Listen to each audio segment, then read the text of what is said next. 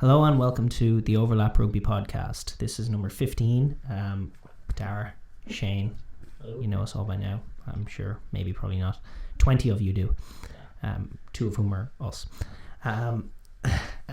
This is number 15. This is our mostly going to be our Lions All Blacks preview. Like it or not, protest, discuss, look your nose down upon. This is the biggest thing happening in rugby union right now, and certainly from a rugby point of view, if for nothing else, as well as a cultural point of view and everything else. It is a big day. So that's pretty much what we're going to be we're going to be talking about for most of it. We are going to touch on everything else. Ireland, obviously, having moved to third in the world after another good win against Japan. And we're going to be previewing all of the games. And a good win against Australia by Scotland. Great win against Australia by Scotland. And an improving box, which, maybe they'll be improved in preempts time, but maybe not either. But yeah, no, we'll get to all that later. First off, we're going to be looking at this Saturday, which is tomorrow. As we shoot this, it's Friday evening, and we're going to do our best to get it uploaded before the game. So I'm going to be. You are possibly watching this before the game if you're around when I upload it. I'm going to be getting up and watching the Ireland Japan in my endless patriotism at 6 a.m. and I'll upload it then and give you a chance to watch something before the Lions game. Yeah. But so the Lions game, we do have the teams. Did we get the teams up actually? We have the teams. Because they were both named yesterday or the day before. Doesn't matter. Well, it doesn't matter. But it's a few interesting calls from both coaches, I guess. I think we'll start with the All Blacks just because they named their team first, so we'll give them that courtesy. Sure. I was expecting Liam Brown in the centre. I think a lot of people were. And now we have Crotty, which is no bad thing. He's been on fire this year for the Crusaders. He wasn't there for a while, but he slotted back into that team really nicely. A lot more subtlety to his game this year, linking up very, very well. He can still pick those hard lines, but there's a lot more to it, and his hands are surprisingly deft for a man of his size. And for you can never do this with a New Zealander, but the instinct is to sort of peg hole players into what type of player they are. And Crotty has reinvented himself from that sort of standard, hardline running centre. He can slot into first receiver quite nicely. He can definitely link up with wide players, and he still has that ability to strike and run on a weak shoulder and get through the line. He's a very, very, very good player. Linnett Brown was excellent last week, though. He really was. Torres asunder, and he's been very good all season as well. Yeah. And that was kind of what I was expecting, given especially that they chose him for the small game. But it seems not anyway. And Crotty is a very, very fine operator, and he's in there with Sonny Bill and Barrett make up the midfield, I suppose, of New Zealand, which will be. It's as capable of one as there is in the world. You'd be hard pressed. I think certainly I would have picked. I think Sonny Bill was always going to be tough to edge out. A lot of people have been calling for Lamape and Asso from the Hurricanes. I've had my issues with them. The 2 top try scorers in the Super Rugby, very good players. Very good runners of the ball, good instincts, good finishers instincts for both men. Know how to run a support line very well. But in the couple of big games that the Hurricanes have had this year, they've sort of floundered a little bit. And both those guys, they have failed to penetrate a lot of the time against tough defences. It happened against the Crusaders. Crusaders managed them really, really well. And again, the guys just got trapped. They couldn't break through. Barrett ended up desperately trying his cross kicks all day, and it just didn't work. Yeah. So an experienced guy like Sonny Bill, who can do what he did against the Lions for the Blues and just find that moment to crack open a defence, always going to be a tough man to edge out. Absolutely, I can see. Well, this whole All Blacks team actually reeks of trusting in, with the exception of Sevilla's exclusion, but that's based on form. And the wingers, I will talk about that in a moment. I don't like that call, and I'll tell you why in a moment. Okay, but the whole, on a whole, the team kind of seems to me like going with experience. The people who've been there before, the likes of Kieran Reid coming in, Ben Smith at fullback as well, as opposed to we were very, very irked by the choice of Damien McKenzie as the 10 for the Maori.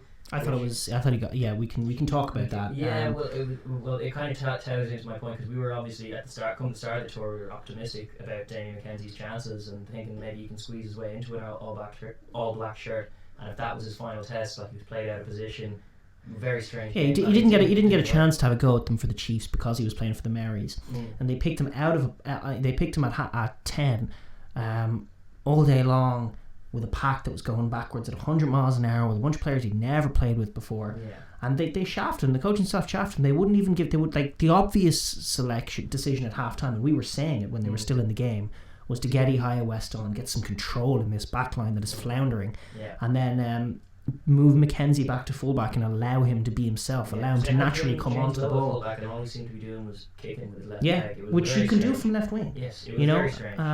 But that kind of tethers in, like, the fact that Crotty's in there as opposed to all of these. We were salivating at their choice of centres before, and the fact they've gone for the combo in Crotty and Sonny Bill, it's very experienced. And to be honest, it's also one of the ones that I think they can make the most inroads out of in the Lions. It's something that wasn't made most of when the Lions selected their team.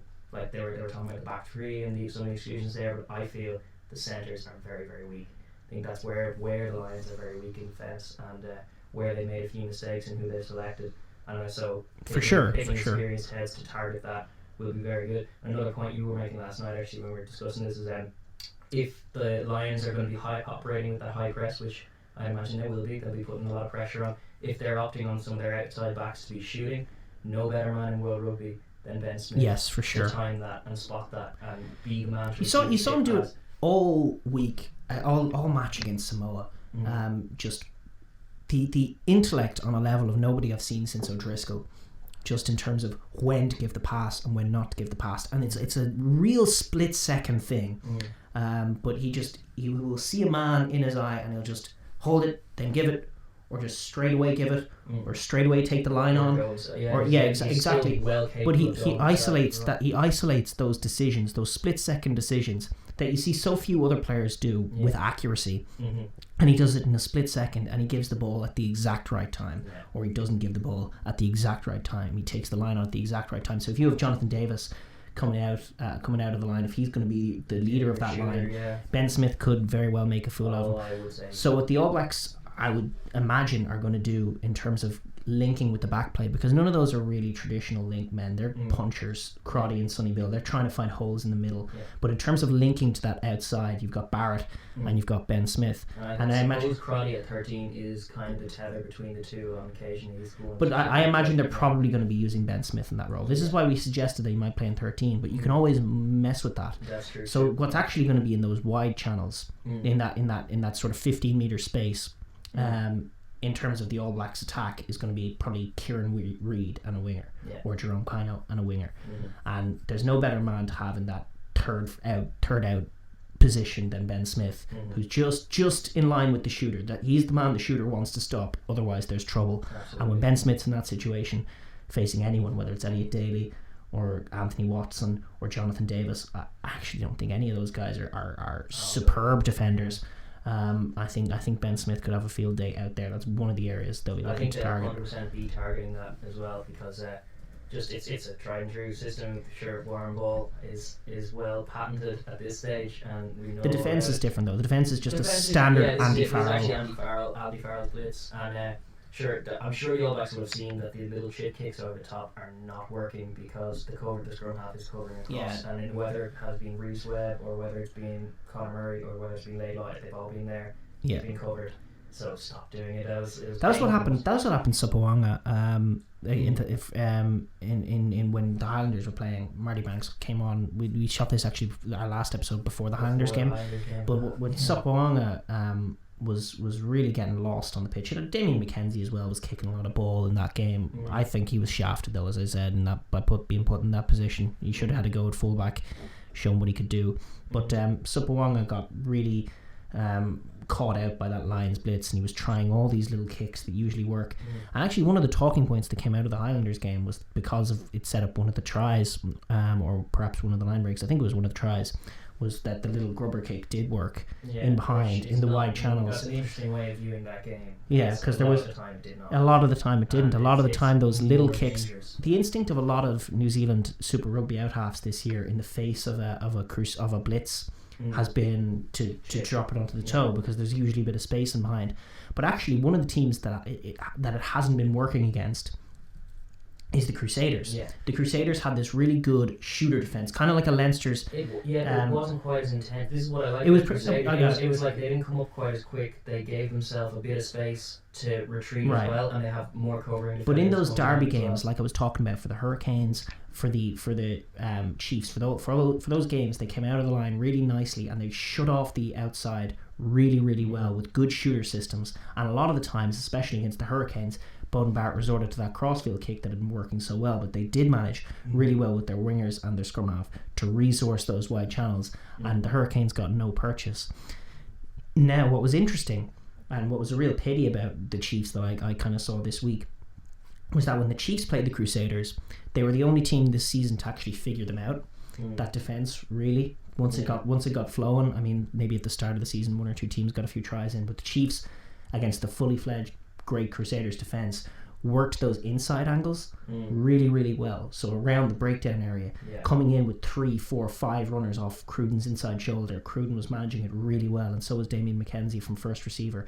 But they had hard runners in James Lowe and in their back rowers getting through off the out half's inside shoulder, and then another man picking another inside line off him. And it really did challenge the Crusaders. And I think that if the Lions are going to continue to play this sort of outside first shooter system, as opposed to sort of what Samoa were doing, which was just a straight blitz, which they got outside really easily. If they go that outside in, cut off the outside shooter system, there is going to be purchase to be had on those inside angles, and that's why I think that the selection of Ioane over Sevilla doesn't make a lot of sense to me, because I would have loved to see Sevilla running hard lines off Barrett's inside shoulder, coming in off his wing, picking off breakdowns, and really attacking the Lions first up around the breakdown, really threatening them around the fringes, really surprising them by going after them that way. I still think they probably will. It'll probably be like a Jerome Kaino, Brody Retallick. Even as he got in those in the things he can come from. Yeah, I definitely think Sevilla is a great man around that area though. And Rico Ioane is very much a wide channels operator. He likes space, he likes to operate in space. So I was a little bit surprised and disappointed by that selection. That said, Rico is a great player, but the Lions will target him under the high ball. I would imagine so too. That's like when we one of their attempted inroads, we'd be trying to fire the ball down on him. I wonder if it'll be what the weather will be like. Actually, I mean, it will have an impact on that. But for sure, the Lions are going to kick a lot of ball with Murray at 9. Murray's going to be pinging them up in the air all day. Liam Williams on a wing as well. He's on a fullback. Excuse me. And Elliot Daly, who's a fullback on the wing. Yeah, indeed. Yes, but that was actually a very good call, surprising call, because I felt like half he was a shoo-in. Turns out he's still a shoo-in. He's on the bench for no discernible reason whatsoever, because I can't, with all the backs at the disposal of the Lions, I can't understand how, if you're 10 points down and 10 minutes to go, and you want Halfpenny as the guy you throw into the mix to mix it up, like, no, what is that about? But Liam Williams had a very, very assured performance in the domination of the Chiefs, which was a bit unfortunate. Like, we were obviously, as Lions fans, they scored some very pretty tries. They scored their best try of the entire tournament, Jack Noel's second try. It was a wonderful score. Wonderful score, yeah. The counter attack being one from that Liam Williams instigated from the aimless kick by it was Nana Williams. Aimless kick at the end, but sure they were broken by then. But it was good to see them able to demonstrate a bit of attacking play, a bit of nous in the open field. But that being said, the Chiefs were not themselves at all, shorn of nearly all their players, and very passive.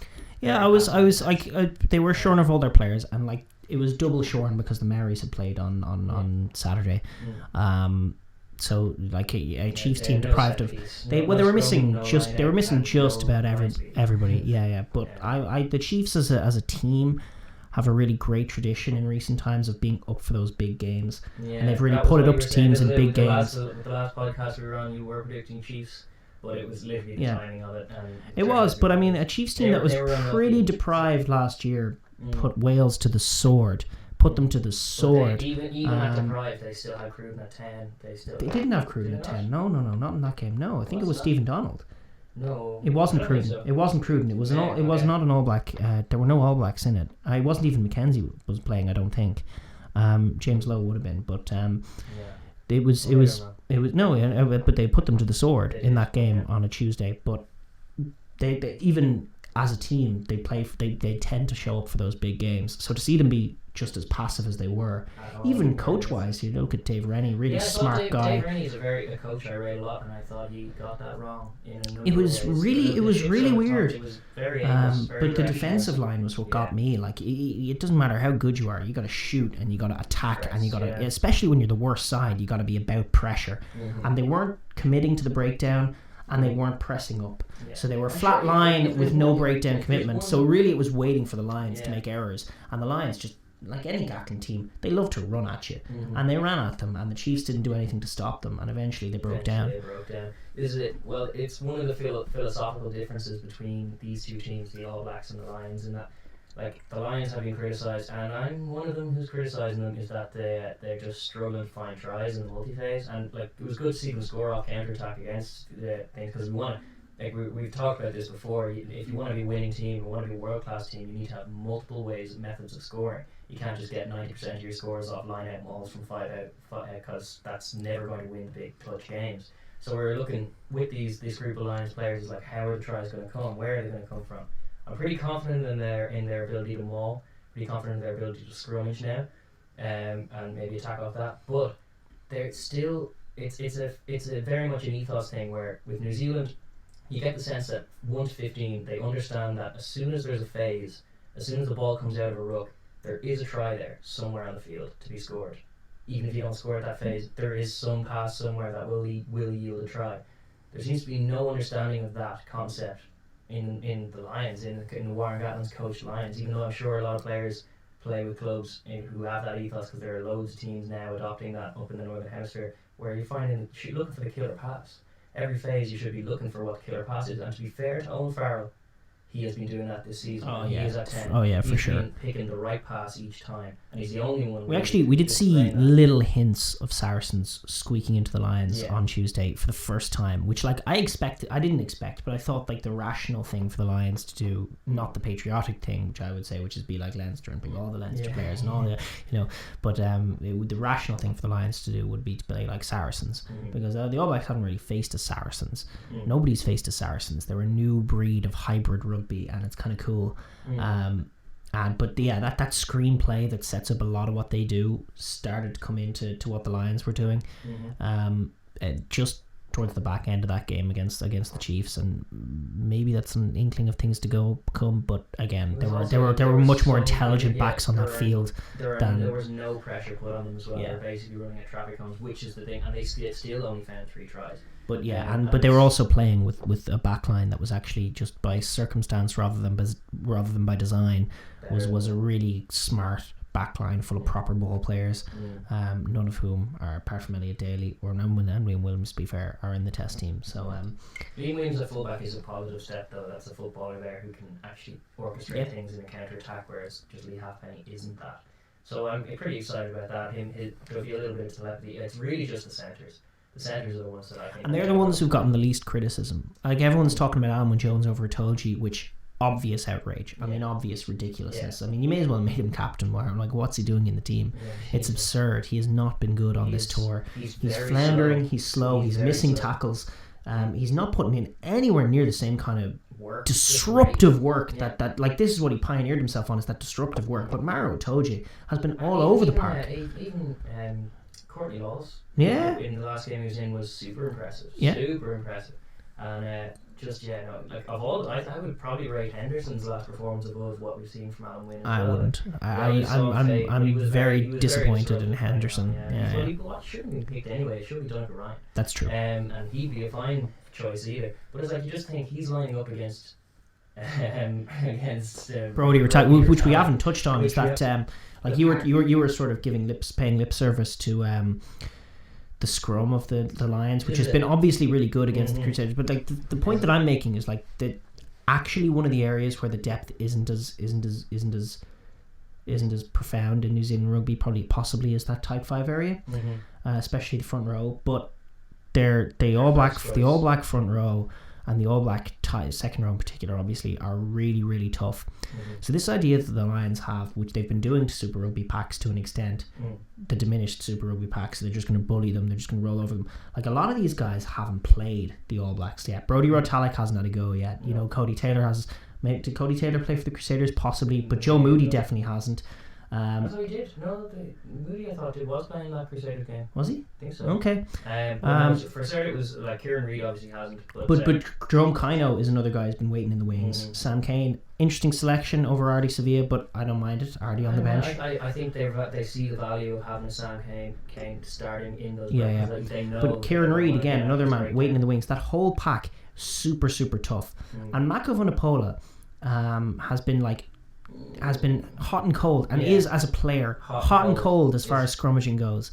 He's really he can get caught. He's sloppy. He's strong but sloppy. And the other thing is Tyke Furlong is quite similar. You've had this thing about him. Well, like he compensates for it more with his downright freaky strength, which I'm sure he has on other ones, so he can get away with it. But his technique isn't quite. No, it's not 100%. What I will say though is that I have seen from both Tig and Jack McGrath this Lions tour is that they've been significantly better than they were for Leinster or for Ireland all season. All season for Leinster and Ireland, they were really quite average in the scrums. But this Lions tour, they seem to have made a step up. This Lions tour, the scrum coach. We actually never looked it up. It was, I think it's Greg Feek, but I'm not. We wanted to know the Lions scrum coach because he's doing a good job. By our estimations, he's doing a very fine job. They've all been improving. They've all been scrummaging certain ways, and the whole pack, the whole 8, to be honest, has been pretty downright decent. But the point that I'm making is that I actually predict that the All Blacks will match them physically, and that's like this is the area they think they can target, and I think they're so wrong about it. That's very much in the All Blacks mentality as well. Is like find out what they think is their strength, and we'll beat them there. Yeah. And it's like, this is what I'm talking about around those breakdown areas. I mean, a lot of people they're going to be looking. And all the pundits are saying this. They're going to be sending Sean O'Brien at 100 miles an hour down Barrett's throat all day long, looking to stop him getting that ball out, looking to stop them at source. Like, I'm thinking Sonny Bill at first receiver, cutting back inside, getting that hands free to an oncoming Kino and to an oncoming Rotalick, and those kind of plays. Back inside all day long. Attack that breakdown, attack them around the rucks, and be quick. They will, and that sure. Aaron Smith can be a threat around that area too. But for sure, attack the fringes. Watch them at the fringes, especially when they have that scrum half looking to mind the chip kick in behind. Yeah. You know, there's going to be space in behind the 10, in behind Farrell, inside Farrell's shoulder.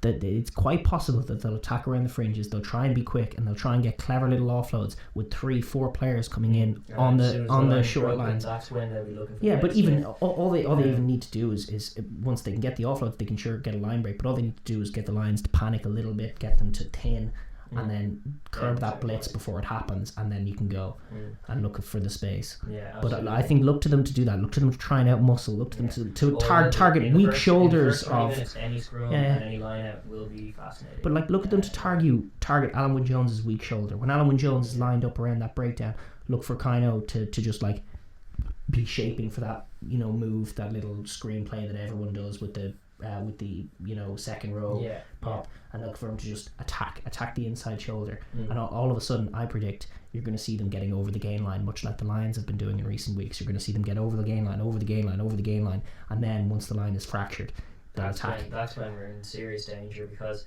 although marked improvements this season, I've never thought of Jonathan Davies as a world-class operator in 13 jersey. I've just never seen enough evidence to convince me of it. I think he's been better than he has been. I think he's actually definitely his attacking instincts have improved. His attacking instincts have definitely improved. I don't like him as a defender. And it's the problem with a lot of the current crop of Welsh backlines, because George North is absolutely the same. He is all over the place defensively. I think there could be a disconnect between Jonathan Davies and the back three, especially if as you're saying, the All Blacks are getting quick momentum, getting around the corner and getting over the gain line. That's when the disconnect will happen, and I'm wondering how the pendulum will work with the back three themselves. But I'm also just predicting errant shots, shooters in no man's land is what I see between Tio and Joe and things. And Tio is another one who I just cannot understand it at all, because it's not even patriotism, but Robbie Henshaw has been playing very, very, very well this tour. Yeah, another man. He's been Damien McKenzie by being stuck into that midweek team. And he played a kind of a bit part in some losing performances, but my God, his defending when he doesn't have his hand on the ball, he is the most intelligent defender as a centre there. Maybe Jared Payne, but him and Jared put on a masterclass in defence in that last game when they were linking up. They do all the time. Every time they play together, there's a really great telepathy going on there. Even against the Blues, for large parts of that game, there was really smart stuff going on there between those two. 100%. And it's down to missed chances a lot of the time with this Lions team because they're not seeking that clear pass. They're going to keep ball again. CJ Stander is one of those ones who's very, very guilty of it. It's like, you feel like it's on, you'll just carry. This is the thing about Stander and Teo, that a lot of people are getting very excited about those two guys.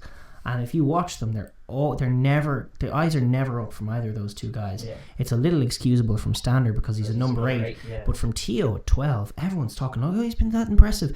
He goes forward, so you have these like faux stats like carries and meters gained that just don't take into account context at all. Like you're put into a situation where you have a 4-on-3 and you gain 20 meters by cutting inside and running for a bit, but there was a try on, and notably the teams that Ben Teo is on, for all the hard carrying, aren't scoring that many tries.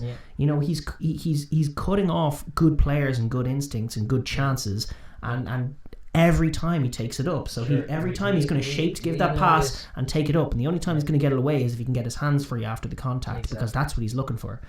And this is why, we know it better than most, being Leinster fans. He spent 2 years of his union career, the first 2 years of his union career here, when he was just a league player. And my God, he was very depressing to watch. He couldn't pass. At first, he couldn't pass. He has grown as a player in the last couple of years, no doubt. He's better, and he's trying to be a bit more aware. Certainly his defence is shored up. He makes some fine hits when he times it right because he's a big unit.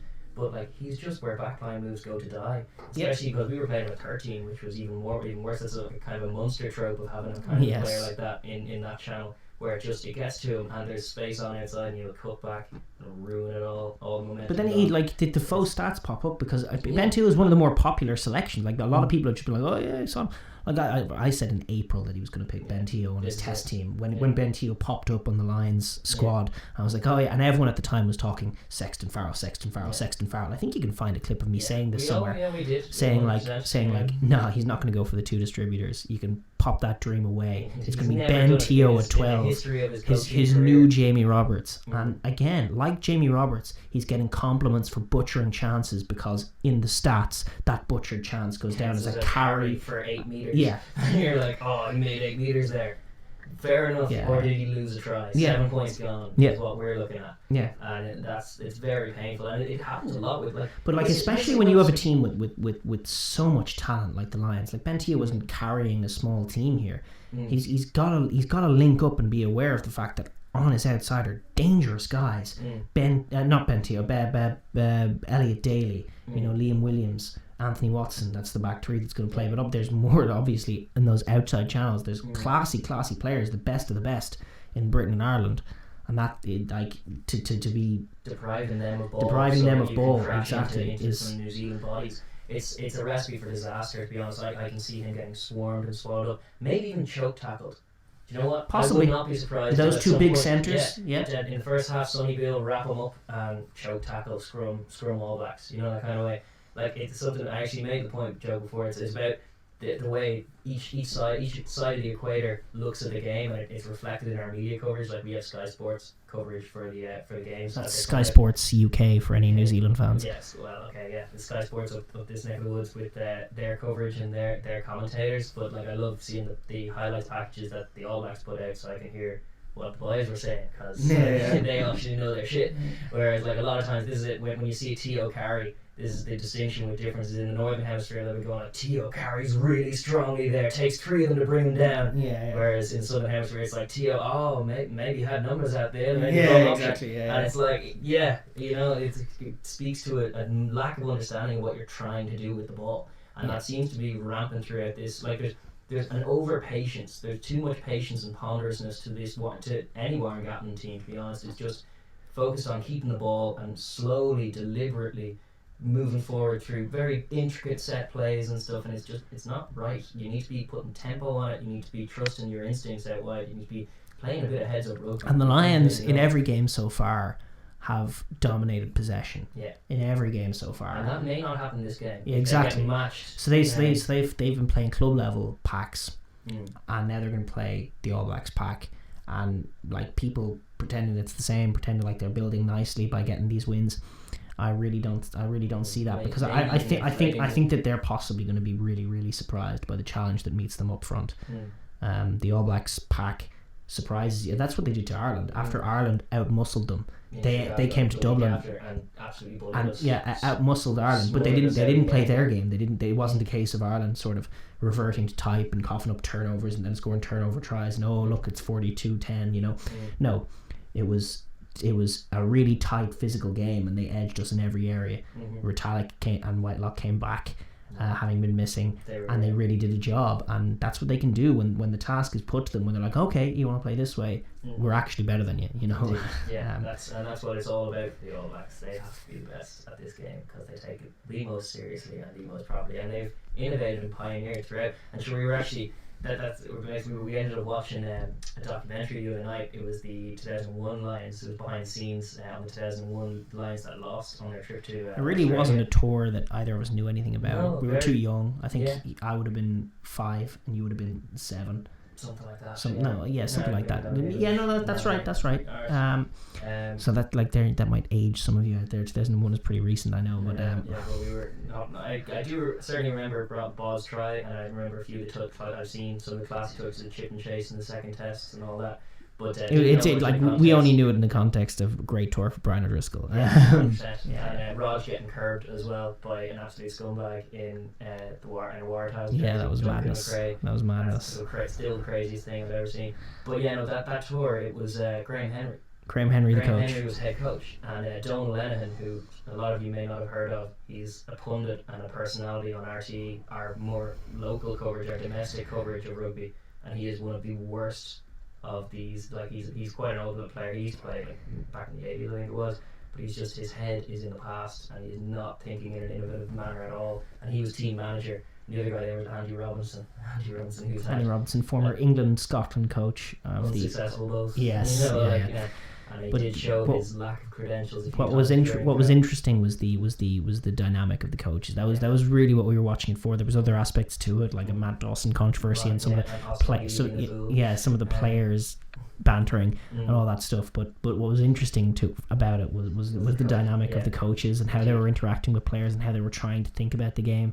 And so Henry's whole thesis throughout it basically was, these are the best players. I can cobble together the best players. We could be the best rugby team anyone's ever seen if we stick to our systems. That was pretty much his message throughout. But he's not a great communicator, to be fair. So he needed a Donal Lenihan to step up and be his mouth for the boys, and all he shouted on about was, remember the line, remember the golden days, JPR, all the great tries, you knew what it is to be a Lion. And it's just this huge disconnect with one of them's looking in the past, one of them's looking to the future.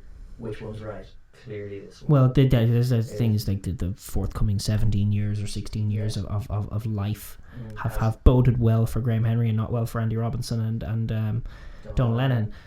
But what the point of that sort of is that, like, we've seen it time and time again, the romanticism of the Lions, the romanticism of it all, and so many great speeches and so many great, all these clips that can go out of players getting pumped up, and it just more often than not ends in tears. Like, all this great speeches, all this great passion, all this great everything. What works is thinking about the game, is thinking about what you're doing on the pitch, doing your job, being in your role, looking to space, looking to attack, looking to think. We noticed when they were down at halftime, the halftime speech, there was a lot of that. There was a lot of "Where's your pride?" There was a lot of all this kind of stuff. But we were noticing that they went to halftime. It's like there was no pointed idea there. No one was like, we're on this thing, on lineouts they're doing this, we should be doing this. And then we made that point before. There's nothing better to galvanise a squad. I think it is something that has to be referenced every show. It can become our little tradition. Is how good that Italy-England game was from the Six Nations. It's like, but it just shows the power of galvanizing a team with an idea. Like nothing focuses them more. You're never going to rally your team with this kind of, like, they're getting O'Driscoll to present the test jerseys and they're going to be in tears and like, yes, just JPR Williams and Gareth Edwards and it's you and and then it doesn't mean anything. Of course it doesn't mean anything. You just end up like going, oh great, and then you get out on the pitch and you're like, oh wait, what? Yeah, exactly. But when you take a group of players who are down and not thinking, and then you go, I have an idea. Here's how we're going to catch them out. You're going to go here. You're going to go here. You're going to go here. We're going to do it. It's going to be amazing. That's the kind of thing that works. That's the kind of thing that gets the attention of a team, and that's the kind of thing that builds a legacy. And Graham Henry sort of did that. He created that culture of excellence around. Around elitism was sort of his main idea in terms of everything. The notion of perfect rugby. Exactly. Rugby performance is still something that I'm sure the All Blacks are craving, and it's the same with like I'm sure they haven't had one yet either. As much as they've gone through the perfect season and stuff, I'm sure. First half was pretty ropey last week, in their own estimations, that's how they're looking at the game. That's how properly critical they have to be, and it's super admirable, and it's great, really, and that's what's driving their game forward. And so, like we're speaking of, like I firmly believe that the All Blacks are going to win this first test. I think they're probably going to do it by around 10 points, maybe more. That's a reasonable spread, yeah. But maybe not. Like, this is the thing: the team that is picked there for the Lions are capable, certainly, of doing it. I think the team that has been picked is a mistake. That said, there is a way they can win, always, in every match. So we talk about the keys to victory. You have a team with the two best, possibly, with the exception of Beauden Barrett and maybe TJ Perenara, the two best halfbacks in the world, in Conor Murray and Owen Farrell. And whatever about Warren Gatlin's protestations, those two guys are thinkers. Indeed. Those two guys are doers. Those two guys look for space, look for where to attack, look for weakness, and they can find it. So if the All Blacks are not on their game defensively, obviously Sonny Bill and Crotty, have they defended together? Have they trained together in defence? How's that going to work? Those are the kind of things that they're going to be looking for, those guys to create space with little kicks, with little clever plays. Conor Murray obviously has a lot of success attacking around those fringes. Interestingly enough, the Maoris actually did a reasonable job of shutting him down around the fringes. I'm sure it's been something that's been worked on in New Zealand, because he has a nasty habit of scoring against them all the time, because they don't resource it. Not the same as their defensive system doesn't work the same as the Northern Hemisphere defensive system for resourcing just that. Their 9X kind of more like a sweeper a lot of the time. He's not in that channel, which is why a big unit like Murray is a bit of a menace to them, certainly, and he has been. But Murray working those channels, working those little kicks.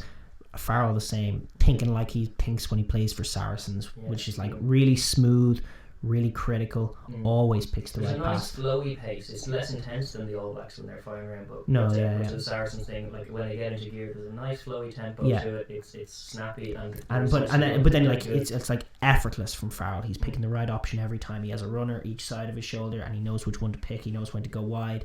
He sees the space. He's thinking, and he's always relaxed. And when he gets into that kind of groove, he can be very, very difficult for any team to stop.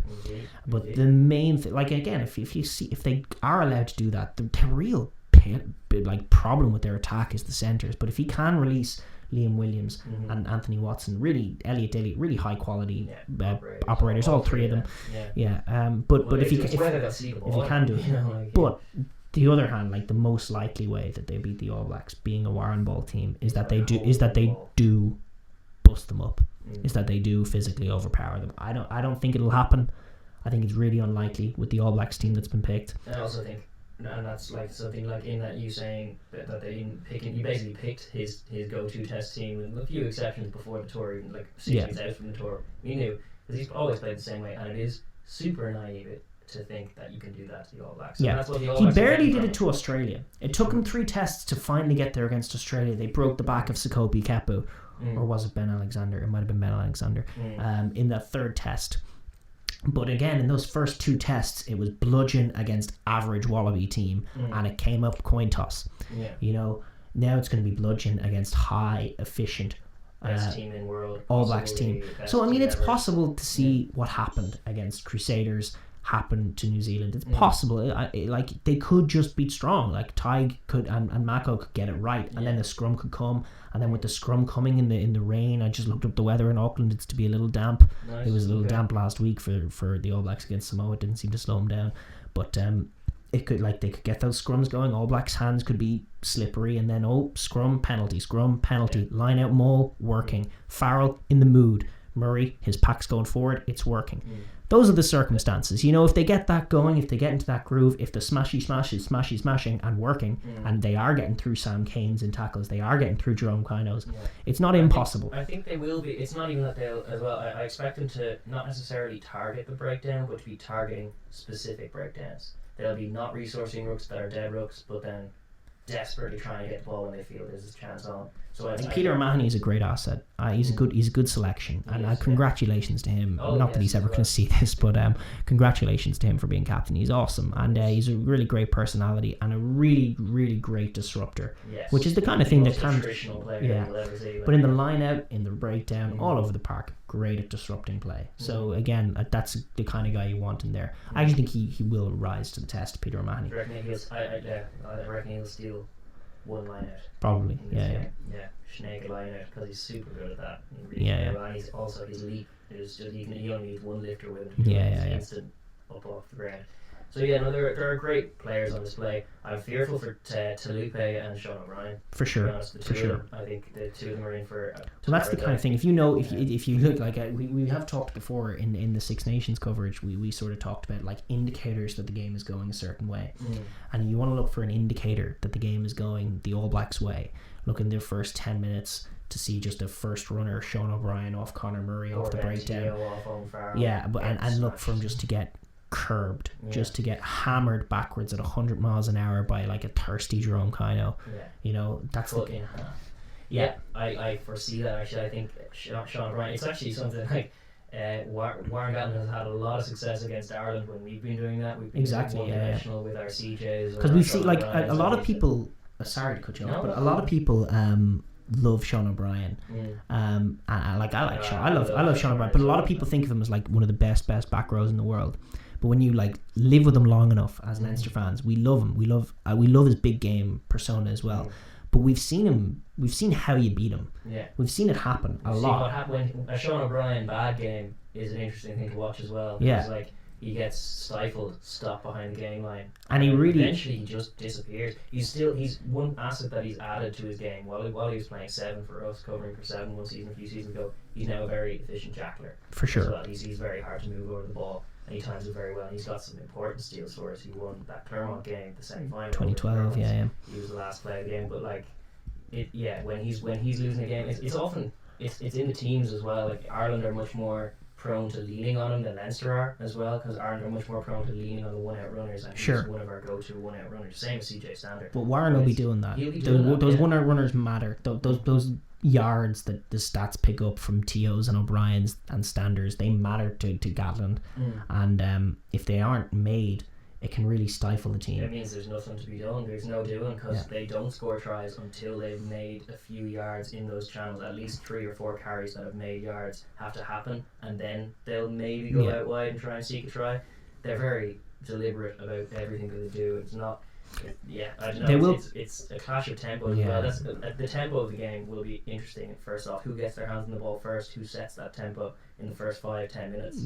Will be quite critical as well, because that's one thing where the New Zealanders have the edge. They can run us around. They're a bigger team. What do you think about the selection of Rieko Ioane? Well, it's based on he's had a phenomenal season. He's been really, really good. I understand that point you're making though of if you want to play like Chiefs, you want to be coming inside. That guy is Sevilla is who you want. He's an absolute barnstormer in there. But I don't know.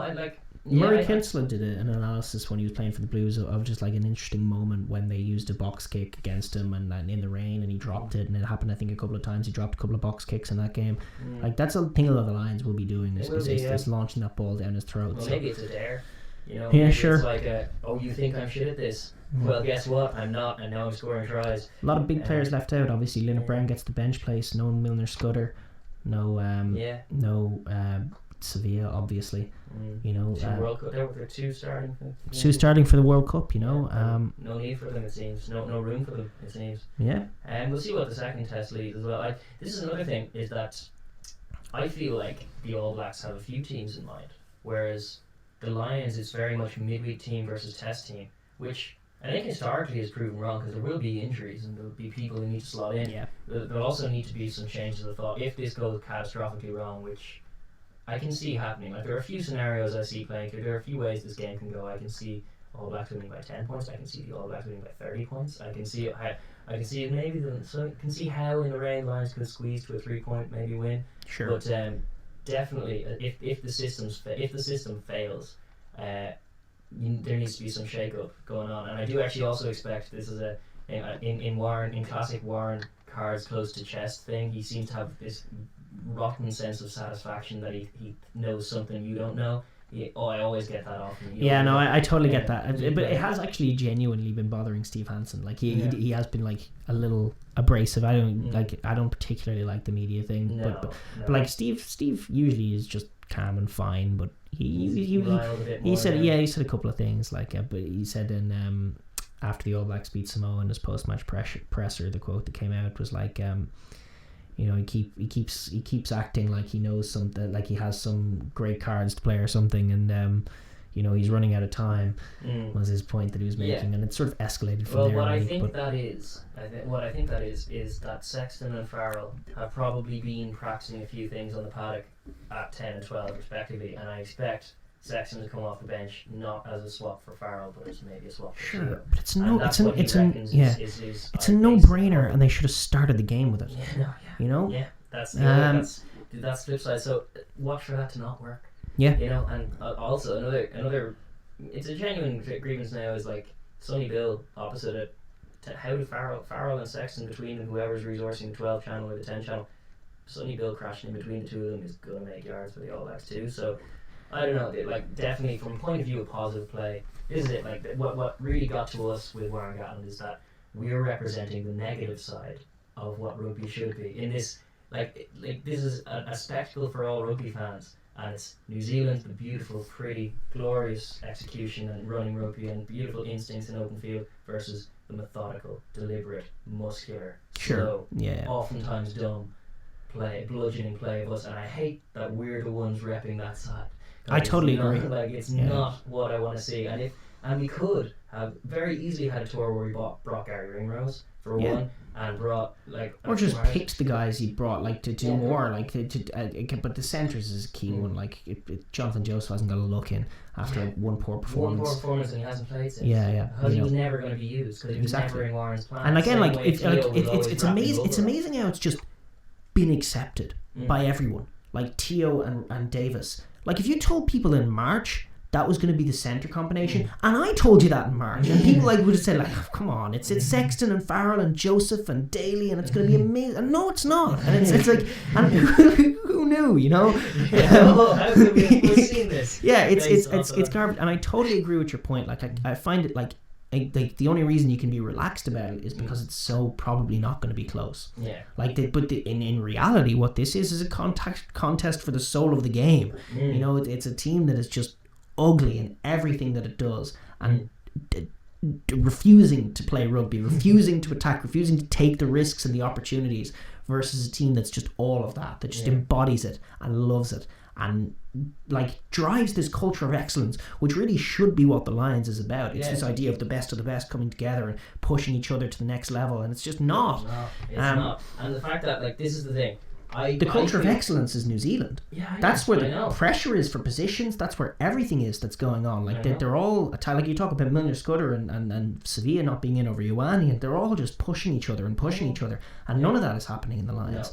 No, it's just garbage. It's wrong think. It's old think, and it's this is it. Like he has his undroppables, and I hate that he's already made his mind up from months out how he wants to play this game, how he wants to approach it, and it means that ultimately he's being disingenuous to the players who come there because he's going to a midweek team. Play well, you can maybe get in, but you won't because I'm picking Teo.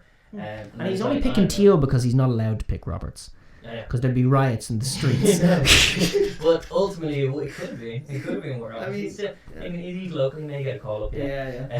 But it's just painful to think because being Leinster fans, we love playing that way as well. But also, we have an abundance of that. Like the Northern Hemisphere has improved since the World Cup. The Gulf is not the same, I don't believe. And this will be billed in the media as the best of the best in the Northern Hemisphere versus the best of the best in the Southern Hemisphere. And it's really not that, because when you look at Saracens, who are the champions of Europe, and the way they play, Exeter, the champions of England, are woefully underrepresented. Exactly, and just the way that and even Scarlets Scarlets. A bunch of, like, he brings a load of Welsh players, and he still doesn't play like the James most Davis. traditional Welsh rugby. This has been the disconnect that I felt for years between Warren and grassroots Wales, is that Wales has a grassroots level culture that does want to play like New Zealand as well. They understand. You always notice that when Scarlets come to the RDS, they'll have a few wingers and stuff who you'll never have heard of, a few players who I'll never have heard of, but you'll understand straight away that they can score. If you give them the chance, they'll be able to finish the try, because they just play that way. They play where's the space rugby. Whereas what Warren's trying to instill in them, and has done for the last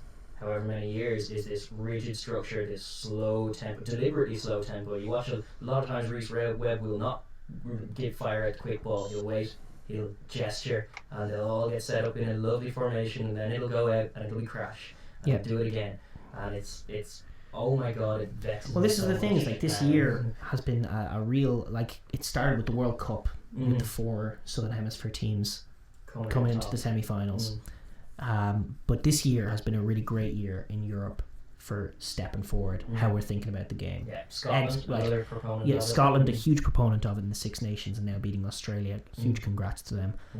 But then also, as well as that, you have Exeter winning the Premiership, Wasps doing really, really well, and then Saracens with their own brand of high intelligent, high octane, modern new rugby. It's also it's rallied behind that identity, and it's very English in how it's very suffering, smothering in the type, which suits their but it's temperament, high intellect. It's high, but it's done with a high intellect, and it's done. It's again, like you say, it has that rhythmic pace that you were referring to earlier. But I feel like a Lions victory with this Gatland bludgeon would be a step backwards for rugby, and this is why I'm so conflicted. Like, I have Irish players I love in there, I have English players I love in there, and Elliot Daly, and yet, I find if I saw this wonderful All Black team get just bludgeoned to death and start, like, you know, any team can have a bad day. Aaron Smith, as we know, can explode and have a bad day. And if that happens, if Bowden Barrett starts getting getting Sean O'Brien knees to the face, and then it just goes power and power and power and try and power, like England did to them all those years ago with Tuolagi. It could happen, and if that happens in Eden Park, like, on the one hand, wonderful, the Lions did it, but on the other hand, for the progression of the game and for where we want it to be, it would be a shame. And this is why I'm so conflicted, and this is why I can't stand what Gatland has done to Welsh rugby, what he's doing to Northern Hemisphere rugby. He's now taken 2 Lions tours, and I have not enjoyed either of them, and they played both the same style. It was the same thing on the Australia tour, where you're going like, we're winning, I guess, but like, we're playing some ugly stuff, aren't we? It's been the way throughout his career. I don't agree with his philosophies one whit, and I know I'm not alone, judging by comments on other videos, and just the fact that he's getting pissed off at it now, which I did quite enjoy. The fact that he had that hot mic moment where he's like, sick of the defending, blah blah blah. He had that little grumble to himself or to the world. But he deserves it, because I think he's a backward thinker, and he's not the pro. I don't know. Is it? Do I want to cheer for the Lions, or do I want to cheer for rugby? You know, and that's the conflict, and that's the question you shouldn't make us ask. But we're not. I don't think we're going to do predictions. We kind of have predicted it anyway. Will we? Move on? No. Yeah. Well, I just wanted to talk about the All Black. The final All Black selection that we didn't bring up was Aaron Smith over TJ, which is a big selection for me. And wrong. I think so. Aaron's been getting back to his best. He's been good. He's been moving quite nicely. He's another man who looks for your killer pass. Aaron Smith.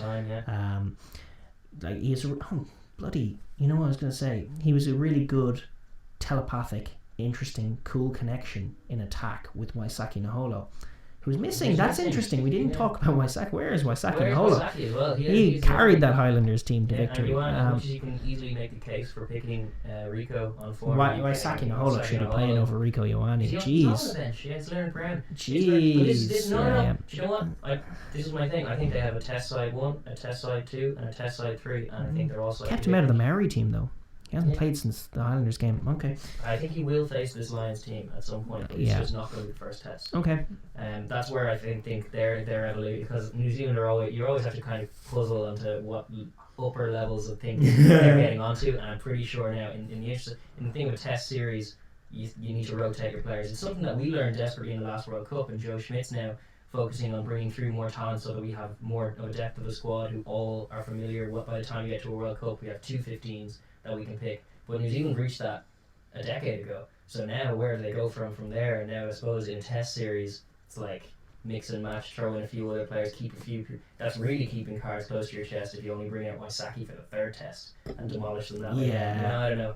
I could foresee that being possibly a trend. I guess. I don't know. Anyway, But yeah, Aaron Smith. Yeah. Is more rattleable than TJ. Is one For thing. sure. And they'll obviously be targeting. You don't even need to be an analyst to know that the Lions are going to target him in the tight and try and rough up the scrum half. Especially if we have Murray, the more physical specimen in the scrum half as well. So if we can give him an armchair ride at all, definitely will. Well, certainly more than TJ, Aaron needs protecting. Exactly. He needs a back row that's winning. Because if it doesn't happen for him, he gets thrown off his rhythm. He's very much a kind of a flow player. He can get knocked out of it, and then he's a liability as soon as that happens. So it is on the coaches to notice if and when it happens, get him out of there. Because he's just going to spoil more things or maybe lose the game if it's a tight one at all. But TJ is one. It's also kind of selfish because I am desperate to see TJ versus Murray. Yeah, I think that's one of the rivalries in World Rugby, and it should be. Exactly. It's great because Murray has been there and done that with Aaron Smith. He always gets the better of him, win or lose, and that's because he's physical and because they have Aaron Smith resourcing the area around those rucks, which is a mistake. It is, he's obviously going to get the upper hand in that, and I don't expect that to be his role in this team. Perhaps not. But TJ, with TJ you have a really also a flowy player, but again abrasive and unrattleable, quick, accurate with the pass, and a really great support runner. So he doesn't attack the fringes quite the same way as Aaron Smith. He doesn't have that link with a winger that can really cause havoc. He doesn't kick the ball that much, but his box kicking is solid. But that support play that he does is invaluable. Because he's there at the next breakdown instantly, but he's always an option, and he's always running that incisive, clever line. He's always thinking of the winning play. That's a cool thing. It's a very cool thing. Granted, I do expect we will see him. One of the interesting things about TJ though is I don't think I can recall a player scoring from the bench quite as often as TJ player. Maybe Sean Cronin. The other one I can think of. He's super sub, alright. Bullet, nugget. That was one that did stick out to us, I guess. Why go for Aaron? But Aaron is still a world class player, and it is also it's another clash of styles. In a minor sense, the two nines that are on the pitch, and just we're going to touch on that. I suppose we're going to move on through that because one of the topics of discussion that we're trying to come up with for the sake of this is just the role of the modern scrum half and how it's changed, and like different teams use them different ways. You touched on that before, the trailing inside line in support way. That's definitely one where New Zealand have been pioneering that for quite some time, sweeping across the line, following your pass, and ultimately offering yourself on the inside if need be for one of those Sonny Bill offloads or any kind of offload to get it in there. But also you have box kicking, which is like I've heard. I actually before the tour we had your godfather saying that he thought Danny Kerr would get the nod. Greg Laidlaw, and it's like. Yeah, you could do that. Danny Kerr is a very fine rugby player, and he's a very fine scrum half in almost every area, but he can't box kick.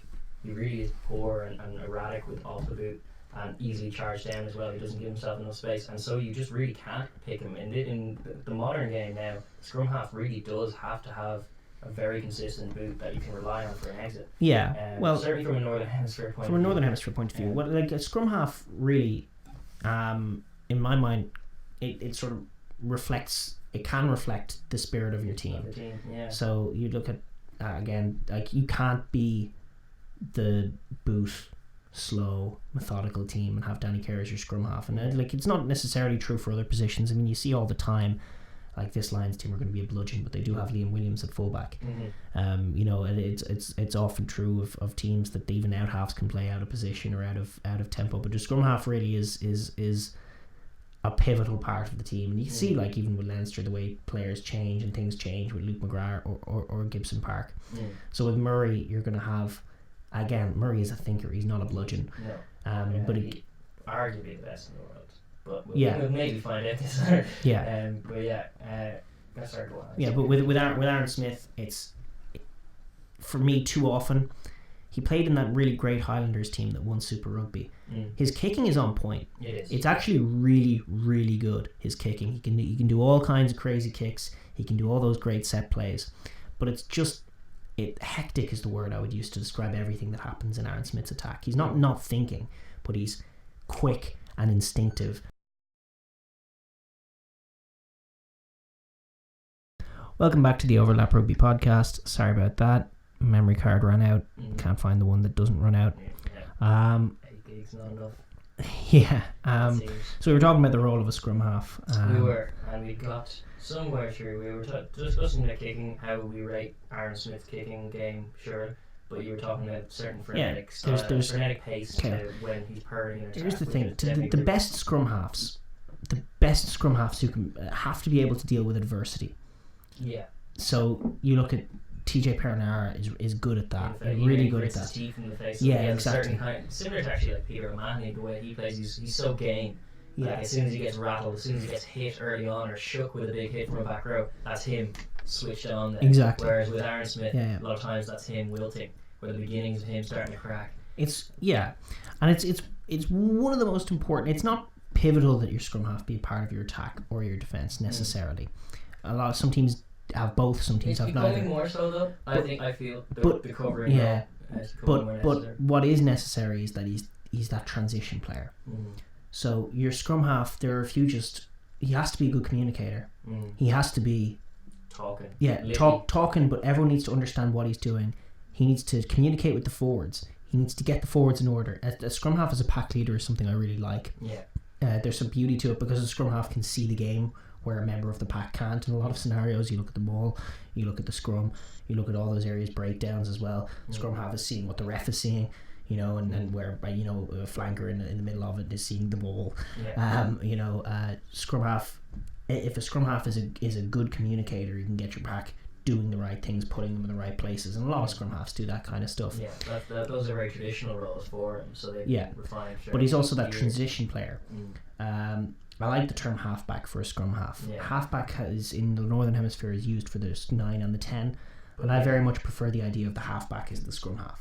Whereas your 10 and 12 are part of the backs. They're your first and second five. They matter. They're just in the back line. But the scrum half is that transition player between your ruck area, your set piece area, and your backline moves and your attack. And your maul. This is something you've noticed as well, because it's actually it's something. I guess it was. You could credit us originally for it, but ever since the choke tackles have started coming in, ever since that started being a dynamic to mauls, that's been what the mauls have all been about from a defensive point of view. Because a few years ago, as soon as a maul was set up with a good structure and a good wedge, it was going to roll on, and there was very little being done to stop it other than just coming in the back. But now what you see is the Retalix or the Devon Toners or the big tall lads in your big second rows trying to snag the ball carrier, doing the front crawl through the maul, and trying to get their hands on the ball, roll down, and then collapse with it ultimately. And smoke the interpretation had been in the past that if a ball goes to ground, the referee just gives going forward unplayable to the attacking team from the collapse of a maul. So from a defensive perspective, it's not really worth your while to try and trap the ball because it doesn't do anything. The attack doesn't stop. The attack keeps moving, and if you pull it down, you're just pulling down the maul. So the only real way to stop a maul was halt it on progress, which was so rare with a good rolling maul. And actually the ELVs just decided to legalise pulling down a maul because they just but it was because the mauls just had become unplayable. But this new interpretation of when the ball is trapped in and unplayable, you've taken it into the maul. It becomes about minding the ball and then transferring. But what's missed by a lot of people, well, not missed, but like just overlooked perhaps. Like people are obviously noticing the choke tackle as a consequence of that. But what's also missed is in actual mauls that form, the game has become entirely about trapping the ball carrier.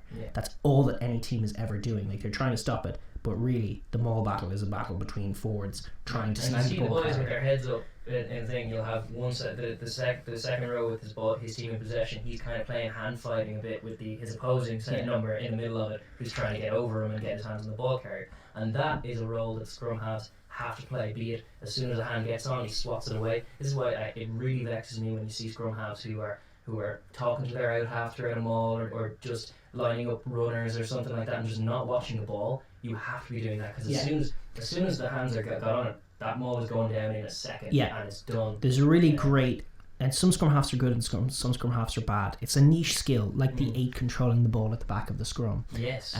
Like some 8s just don't pay attention and some 8s do, and it's the same with scrum halves. for this maul thing, there's like a split second moment when a defender gets the better of a player, and where your scrum half is entirely it's entirely dependent upon what happens then. Both Aaron Smith and TJ are pretty good at talking to their caps and being awake. TJ's probably better. But when a Brodie Retallick or a Devin Toner or someone like that gets their hands, or Alan Wynne Jones gets their big hands on the ball carrier, there's about a second before that maul is possession gone, and that's the second where the scrum half has to be like, give me the ball, we're gone. And that's something that scrum halves, a niche skill that scrum halves it's coming more have to get better now. at. It's actually, to be honest, it's mostly the old school for slightly older scrum halves who you notice lacking a bit for this, because it's such a new interpretation of the maul. So like they're used to kind of being hanging back while the forwards are doing their thing, and maybe talking plans with their out half or something, which like obviously it's great to have that bit of communication out there, but they need to just be a bit more aware, and this is becoming more and more important, because I'm finding it one of the more intriguing parts of the modern game is just that those dynamics in the maul. There's always a lot happening with the maul these days, which is great. And it's definitely one thing that scrum that has been added, a new dimension, a new role for the scrum half to play. Another new dimension is scrum winger telepathy. Yes, there's always been scrummy out half telepathy, and that's a good thing. That's something that great teams really need. Your scrum half needs to be sort of a rhythm player who works with your out half's rhythm. So you talk about teams having a dynamic. Your scrum half shapes your team. If you're a quick team, a lot. If your 10 wants that ball quickly, you got to give it to him quickly. But other 10s like to settle down. They maybe want to kick the ball a bit more, or they maybe just want to play it, like you say, the Saracens rhythm. And again, like you look at Owen Farrell. Always better when he's getting good, swift, clean service at his own pace. Richard Wigglesworth, I think, he's fine for him as well. Exactly. But that's the thing. Not an exceptional scrum half, but works really well with Farrell at 10. System. There's absolutely that. There's also a bit more carrying the poaching around fringes, and that's something that some scrum halves do and some don't. You can have the Peter Stringer mold of scrum half who'll just turn up to a ruck and fire it out to 10 instantly from the deck. No hint of anything like that. Or you'll have someone a bit more like Genia, who's more prone to picking it out of the ruck, probing for a little bit before, which is dangerous against the blitz. I will like, because as soon as like you're resourcing, like especially against Warren's team, there's not going to be that space there. They are crowding those areas. But it also gives, if the opposition are employing a bit of a shooter, it just taxes time off your 10. A lot of time you're running sideways, and then you give it your shove and shite. It's a phrase that I think it just offload pressure to him, and occasionally even hospital. But I do like the idea of a scrum half and a winger having a dynamic, which is it come into the fray really since the box kick has been around. Aaron Smith and Waisake Naholo really pioneered it in that great season that the Highlanders had. They just had this really great dynamic where the box kick could come up, or Aaron Smith is going to break and he's going to have Naholo on his shoulder, and Naholo always linking the idea of attacking the blind side with that scrum half. But the idea of your scrum half being an extra operator, again, like attacking the blind side is huge, but then your scrum half is also going to be the extra operator on the inside shoulder of a winger when a line break is made, because he's the guy looping around or looping through, making the pass the play runs. I love that idea of using that scrum half in those clever ways, and I love the idea of players having a being synced up, of two players having a telepathy. You see it with Henshaw Payne in defence has just happened on this tour. They work really well together, they flow really well together, and again, like if you can see that with great 9 and 10 combinations, that's really the difference. And like Murray and Sexton are starting to get there in terms of a combination. But that's the thing, is I think TJ and Bowden have been pretty much there this year for the Hurricanes. And that's another thing. That's another questionable nature. But like, that's the thing, is you pick Aaron Smith, but you haven't got Naholo, and you've picked TJ. I know you've picked Barrett and you haven't got TJ. Like a lot of it really does call into question that call. Maybe so. Yeah, we'll see how it works though, because they're still obviously very fine players and they're capable of doing fine things. But there was one other. Well, what's interesting about the role as a whole is that like it's such an incredibly important role to a team, and yet Conor Murray and Aaron Smith are so totally different. Like there's two teams are going at it, and in one of the pivotal positions, the roles are almost not even similar. Like what they want them to bring is not similar. And that's sort of the interesting thing about the position, and about a lot of positions in rugby, but the scrum half in particular is kind of very interesting from that perspective. There's so much you can do with it. There's so many interesting ways you can attack, you can defend, and then some key pillars that every scrum half needs. And you are also right in saying that it is a little kind of microcosm, or just a little insight into what kind of team this team wants to be by just like what their scrum half brings. And you can see in Murray a very big physical unit, a bigger scrum half than you'll ever see. Very traditional, very clever and wily, opportunistic at times, but just good deliberate service and directing things calmly and assuredly and picking the right option throughout. And then in Aaron Smith you have a kinetic, very fast, very wiry, strong, intelligent player also, with a killer instinct. He can find if you are sluggy, if Alan Wynne Jones is tiring around 50 minutes and he's the guy covering, he could be gone outside, that kind of thing. Like TJ is one of those ones like Genia who can probe around himself as well. He mixes it up as well between firing straight from the deck or picking for a little bit and then offloading. He mixes that up a bit and keeps tight defenders on their toes that way. In such a like Owen Farrell, he gives the right pass every time.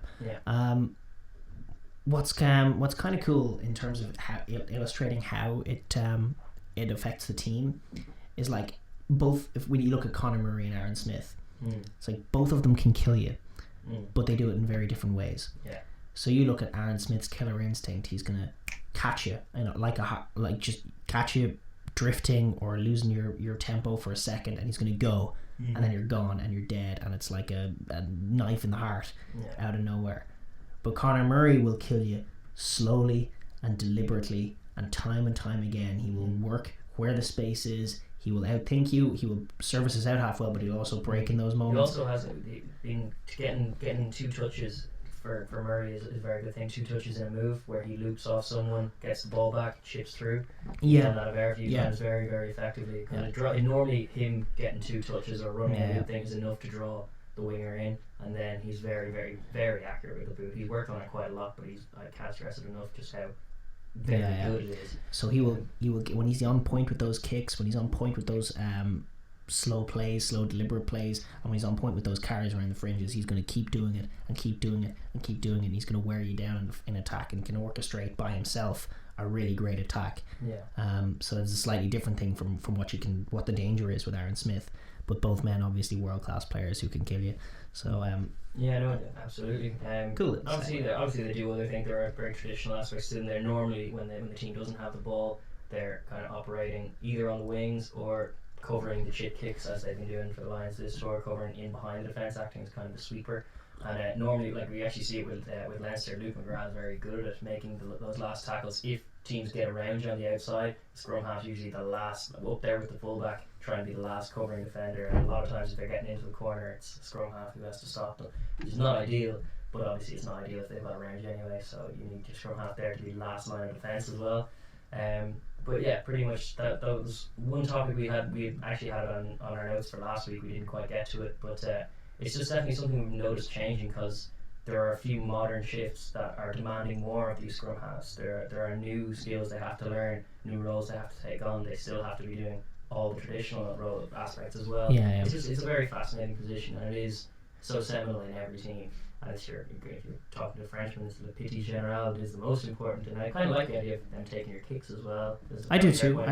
Just an extra burden of responsibility, because you are embodying the team. You're linking our backs and our forwards. You're kind of, even though captains are the only ones talking to the ref, scrum halves get a little bit of leeway talking to the ref as well, and there's an influence there as well. You can influence the ref by what you say. You shouldn't, but you can. It's a fascinating aspect to the modern game.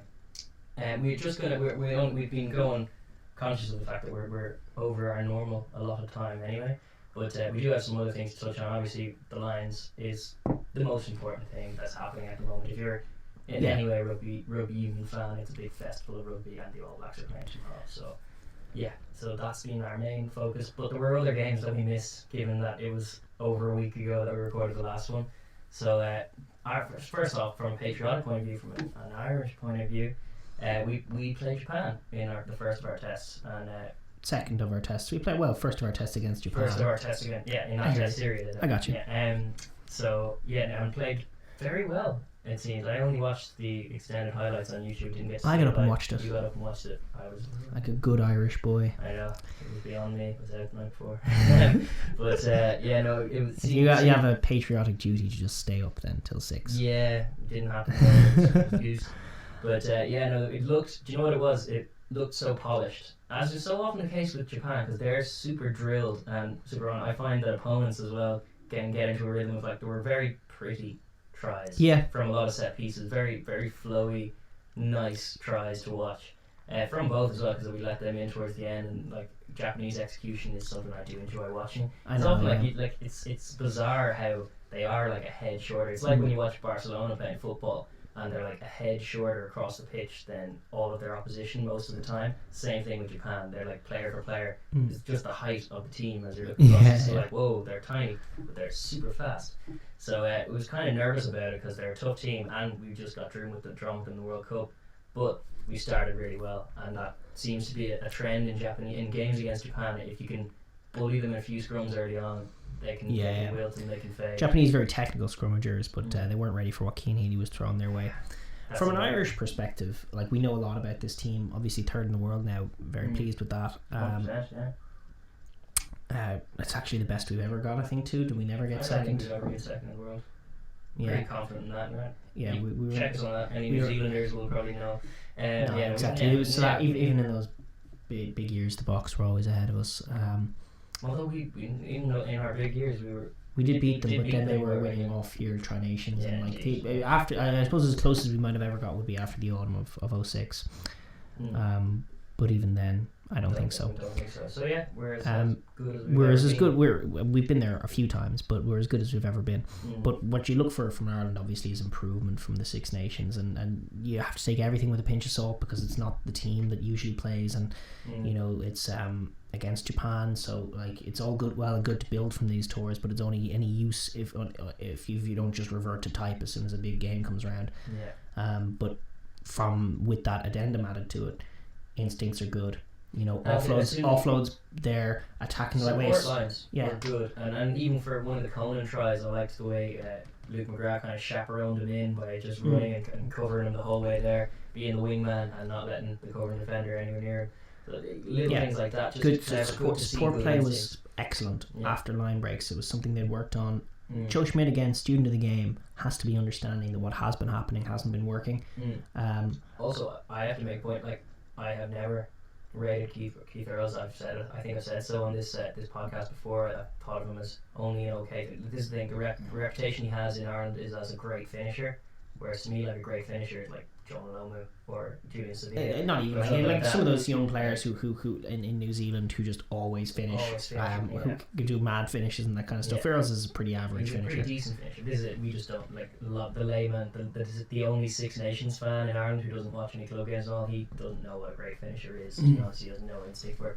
But my main problem with him, especially as he was playing 13 over things, is that he had a tunnel vision. When he'd make a line break, he would not link up, and it never happened. And on this tour, both in the game, the US game just gone, and in this game, and he's had a very decent season with Munster as well. He's starting to link up more. He's looking up, having his eyes open, and finding a man, which is great to see. Great to see, and long may it continue. The more you look at these Munster players now they're developing, the more you start to think that Razzie Erasmus might be a low-key genius. You never know, he could be a man there for 10 years in Munster and then a buck job. The next thing, I firmly believe he's the best fit of any of this rotation of coaches we've had in Munster. But in terms of player management, that seems to be a good thing, because the Munster players seem to be playing above themselves, and it's also too long now to put it on Axel's passing. Like, it's just been going on for too long. That's true. They definitely were galvanised by it, because they were a bit structureless before. But the players are playing more technical, better stuff. All of them, Peter O'Mahony and all of them are playing. They seem to be buying into his vision for them. But Keith Earls, again, thinking, improving as a player. That's what you want to see. And in a general sense, the attack was very nice in the first half. A real shame. Disappointed to see them fade. Yeah, very much so. In fact, actually, I'll get there in a sec, but I just wanted to note I was disappointed actually in the general play of the game, which you wouldn't see in the highlights, that Scanlon Ringrose wasn't really working. Shame. I thought it was good on paper. It's not what's picked again for this week. It's Luke Marshall and Gary Ringrose, which I liked the changing it. The attack was good though in the first half. It was fluent. Luke McGrath was looking good. They were changing the plays up quite nicely. Different players taking it on at different points. Working the wide channels, then working the narrow channels. Very simple stuff. Jack Conan and Rhys Ruddock very prominent. Dan Levy excellent as well. We are bigger and stronger than them. Yeah, well, and they were getting through the tackle and getting offloads away, and that's always a help. But that did actually stop at the second half. I think at the start of the second half, Ireland had a long phase of having the ball that actually amounted to nothing. And it was actually, I remember thinking to myself when I was watching the first half, I was kind of half asleep watching it, but I was like, oh, this is good. I watched like the very first attack they had. It's like, oh, this is good. They're exploring things. They're doing different, new, cool angles. And then the very first phase of the second half, it was like, oh, this is bad. Yeah. And I was like, what happened? Yeah. But actually, they picked up another try, but it was actually an intercept try at the start of the second half. And then beyond that, they sort of galvanised themselves after conceding and found, I think, a couple of scores, but then tossed away a couple. Yeah. But the first half was excellent, off set piece, off everything. The second half, they kind of faded. But in terms of, the only thing I can say is just in terms of, it's chugging away nicely, and in terms of improvement, good to see them looking to attack, good to see them looking to vary the play and attack and change the ways they can score. Good to see offloads and good to see support lines. So maybe I would maybe expect a little bit more from Japan in the second test. I think so, yeah. Because they got caught cold, it seems, at the start as well a little bit, which obviously it's down to good Irish play, but they'll be disappointed with that and they'll be out and firing, especially after having run in those late tries that'll galvanise them. Like we can play rugby against these boys. So they may try and do that. I wonder where Cian Healy's head is at as well, because obviously that performance might have been like, because it sort of happened almost just before the story broke of the Welsh guys getting called up. Yeah. So I wonder were the Lions playing on his mind at all. Obviously missed out on the tour the last time because he got injured in one of the warm-up games. And now he's missed out in this time for no good reason at all. He's arguably a better scrummager than, I think he's a better scrummager than Mako. Oh, for sure, yeah. He's a better scrummager than all the boys over in those red jerseys, to be honest. And probably in the black ones as well. I think when Cian Healy is on his game, there is not a man alive who can deal with him. No, it's true. It's crazy. It's true. He's a freak. And that's a lot of Japanese scrum he tore to shreds as well. Like it's not a nothing scrum. No. They're very technical, very good. They can apply some pressures to some of the best in the world, but not to him. He's a horse of a man.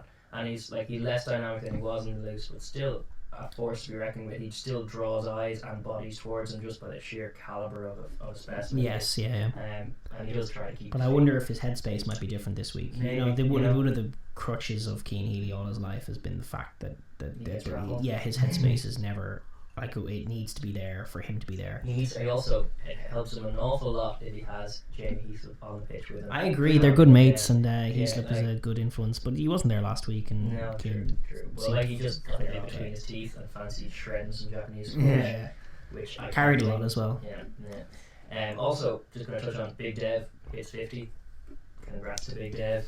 I'm sure the Japanese are enjoying Big Dev over there. Yeah, I heard they are, yeah. I heard that they're headbutting the doorway every time he goes inside. Tourist attraction over there. Yeah. But plus he had that phenomenal break in the game where he was like it was wonderful. It was wonderful throwing dummies, and it was beautiful. It was love to see it. You love to see it. Absolutely beautiful. And he's a great player and a great man, and I'm really delighted for him. When he came on, he looked like a novelty, and he's become a pillar of the Ireland team. So and he's one who modelled his game on Brody Retalic's game. Very much so. With great effect, because why wouldn't you? Because it's Brody Retallick. Yeah. But he services as that role, and when Ireland started applying that New Zealand new kind of structure with the first second row was his first receiver, the guy outside very deep, the back line behind him. Whoops. And the back line behind him. But he's turned into such a solid operator. And he's also just a great example, because I remember when he did start off in the RDS, and he couldn't catch a ball. It was a problem. He was borderline dyspraxic. Like he was so tall, but he had no hands at all, no coordination, and he worked so hard and improved pretty much steadily the whole way through. And now he's been capped. Now he's up to 50 caps. Yeah. Unreal. Class. Great Dev. We're going to move on. I want to talk about the Springboks game. We're sort of invested in that. There's two building teams, Springboks and France. Yeah. And I was excited about this tour because I really did think that France were moving in the right direction at the end of that Six Nations. Mm-hmm. They're hindered a little bit by the fact that they haven't been able to play Camille Lopez. That's it. I think it's just a huge problem. It is. He needs to be on there because they're lacking for quality. Like they tried Tranduk last time. They had Leeson the week before. Neither of them are anywhere near what Cammy Lopez is. No, They're not proper indeed. 10s. As far as I'm concerned, they're not proper 10s. They're sort of like they just panic. Yeah. Like what you need is a cool head in those jerseys, and those guys are not that. They get rattled and they get panicked. And don't get me started on Dusan. Oh my god, what an absolute monstrosity of a halfback. Yeah. He's theoretically a halfback, is that Yeah. body shape? Oh my god. Stocky runner dude. But like, I mean, again, like France are just not half the team without him. But they were better this week, France. They were actually the whole game. That was one note I had. Like the first test, which we were noting in fairness, like what was that a good performance or a bad performance by both? It was a sloppy performance. The first test. This was a proper test. Both teams arrived to play. The first half was very good, very innovative, and very pioneering. And ultimately, no different in terms of the result. The Springboks got the better of them, bullied them in the second half, to be honest. And France kind of just wilted and waned. I liked more of what was going on from the Springboks. I thought they were a little more abrasive defensively. That's certainly helpful. Like, they haven't been challenged, obviously, and again, like they just need to learn the level that you have to be at defensively to stop like an All Blacks team. More losses from the All Blacks. It shouldn't. They've had enough. You know, they've had enough. Last season should have been the pivotal moment for them. They need to work those channels from the outside. They need to work a dogged blitz, and they really need to attack the rucks way more so than they're doing. But second rows were good. It was big. It was strong. Marks again, excellent from Hooker. He looks like he could be there for a while. Lionel Mapu impressed me in the centres. I was obviously disappointed we didn't get to see the part 2 of Serpentine and Creel. Creel had issues for Creel, so that's a shame. It's a shame. But Mapu slotted in quite nicely. He did. Although I will make a note on the French side, Damien Penaud, debutant from Clermont, was very good. Very good. Yeah, like, and that maybe speaks to like the Lions' problem again. Like, I don't mean to detract from Penaud, but like those holes weren't there with Creel, and like these are just the little things that seem to be true of the Lions players. Just like they're excellent athletes, but technically there are problems there that really good players expose. And Lionel Mapu defending at 13, perhaps not as solid as Jesse Creel. And then that space was found. But it was just good to see. Like he actually excited me. Damien Penaud, he ran very good. Like I was watching him throughout the game. I've seen him once or twice through the season. Obviously, he's only 20 years old. Like he could be around for quite a while. For sure. Him and Lamara at some point would be an interesting one to go for. I think that could work quite well. Yeah, quite like Lamara. Are we ready to hang up Thiku's boots though? No, not at all. He'll be utilised also. You know, they have good options as well. It's never been a problem with the players. Like France do have players, with the exception of the out half, which has always been a problem. Which is why Cammy Lopez is such a refreshing breath of fresh air. It's also disappointing that he hasn't featured in the first 2 tests, and now the series is gone. It's just looking it up there. It's police on for tomorrow. What is going on? Is he injured? He must be. He must be at this stage. Yeah, like it's crazy. But police on tomorrow. Like he starts out solid, or certainly the last test started out solid, but by 60 minutes he was making horrendous errors, chipping aimlessly and just trying things, but getting notions. Notions is a notion. Oh, and Creel back in for South Africa. That's good. Oh, cool. Back. But yeah, notions is something that gets towards the 60-minute mark. This is something we've started to like brand a few Scrumhalf, a few players getting notions. In our heads. Which you see it happening where you can see what they think they're seeing, but you can also see that it's not. It's just like, what are you doing? Luke McGrath's a deal for the notions. He scores occasional snipey tries, but it's like it's actually like 1 in 100. Yeah, because he's often sniping. It's just, I'm a flanker now. No, you're not, and now we don't have a scrum. Exactly. Yeah, but notions is something that Plisson definitely has a lot of the time, especially as he gets tired, and if he's on the losing side, he'll try things. He's occasionally a fine player. There's Stad. He had a few performances for Stad this year. Seems like kind of a flow player. Hot and cold. There's another way around him. But he's never that hot though. No, and he's never that calm either. Like that's one of the things I love about Cammy Lopez. I love about any elite level out half or scrum half as well. It applies to both. Needs to be a cool head. Under pressure, needs to have that clarity and not be rattled. And even if that involves taking a rib shaking hit, it means dusting yourself off, getting up and doing the next play in a calm way, not in a retaliatory way, not in anything like that kind of way, not going like, oh, you'll hit me, well, I'll kick in. None of that. That's the problem, and that's where a lot of Frenchmen do have that kind of in them, grit their teeth and try and retaliate somehow with what they do.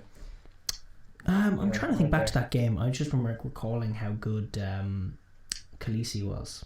last yes, week. yeah, he was It was unreal. Khaleesi and Serpentine were the two that really stood out. Stood out. I'm so glad that Serpentine, is it? that Serpentine got picked. Yeah, I mean, he's a lovely player. Alistair Coetzee, I really thought was going to really just stock it up full of Lions players, and he hasn't done so. And you got to really credit him for that selection, because it's not an obvious one. The way the Bulls have been going, you could easily dismiss Serpentine as just a guy who's not working in a not working team, a typical South African 12. Some kind of insight to see that actually he's a very fine player. And he's slotting into first receiver, and he's taking charge of a team full of players that he doesn't play with at club level, and it's cool and it's interesting, and he was really, really, really good in both attack and defense. In defense, he was making the big hits like Robbie Henshaw. He was making those big hits that mattered and catching players when attacks were about to happen. Andres Coetzee as well from fullback, very good. Not mad about the wingers at all. Still sticking with Raymond Rule. Yeah, I don't know about that at all. Raymond Rule. Yeah, fun name. Not that great a player. It's not but they have loads of fun names. They could be putting in a Yeah, Mvovo. It's a lovely name. It is a lovely name. It's a great name, and he's a very fine winger as well. Yeah, Raymond Rule, he actually had a better game in the second test, to be fair. He was a bit more industrious, but still, I get what you're saying. What you're screaming is not quite it. Well, certainly when you think of like Havana and what has been in those jerseys and what's been in those jerseys before. No, not Raymond Rule. Scusson didn't add too much either. Khaleesi great though. And again, the second row is very good. Beast and Tawira had a big game. And again, like, that's a solid pack. It's a solid team. They just need to be a little more abrasive, and they really need to challenge themselves and take it to a new level, because they're not at that level at the moment. And this is what's annoying me, is like watching these teams win. And it's why I really hoped that the French would put up a proper challenge. It's why I'm a little bit disappointed in this series. Is that I do think they need a kick in the hoop, because they're going to get caught cold by the All Blacks again if they keep going this way, because there's just a little air of self-satisfaction about them. And we saw it last year with the Lions. The Lions got to a Super Rugby final, and they just started thinking they were better than they were. Which is a very obvious problem. Yeah, but you need to be constantly challenging yourself, constantly analysing where you're at, and being honest about it, because there are times in that match, even last week, where it's on the outside for France and they didn't take it. But mark my words, it's on, and the All Blacks will take it, and even Australia will take it. Scotland would take it. To be fair, Australia and Scotland are both teams who would take it. Yeah. Is it Australia? We can pivot into that. We can pivot into that actually, because Scotland, for tremendous display. They're two very evenly matched sides, and they match up very nicely as well in just the style of play that they want to implement. Both attacking minded. A few great moments in this game.